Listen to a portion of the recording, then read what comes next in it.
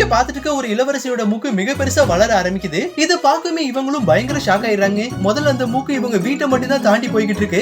அதுக்கப்புறம் இவங்க ஊர் எல்லாத்தையுமே தாண்டி போக ஆரம்பிக்குது. அந்த மூக்கு எந்த இடத்துக்குலாம் நீண்டு போய்கிட்டே இருக்கோ அந்த இடத்தோட கிளைமேட்டுக்கு ஏத்தாப்புல இவங்க உடம்பும் மாற ஆரம்பிக்குதுங்க. அதோட சிம்டம்ஸ் எல்லாமே தொடர்ந்து இவங்க மூக்கு மூலியமா வந்துகிட்டே தான் இருக்கு.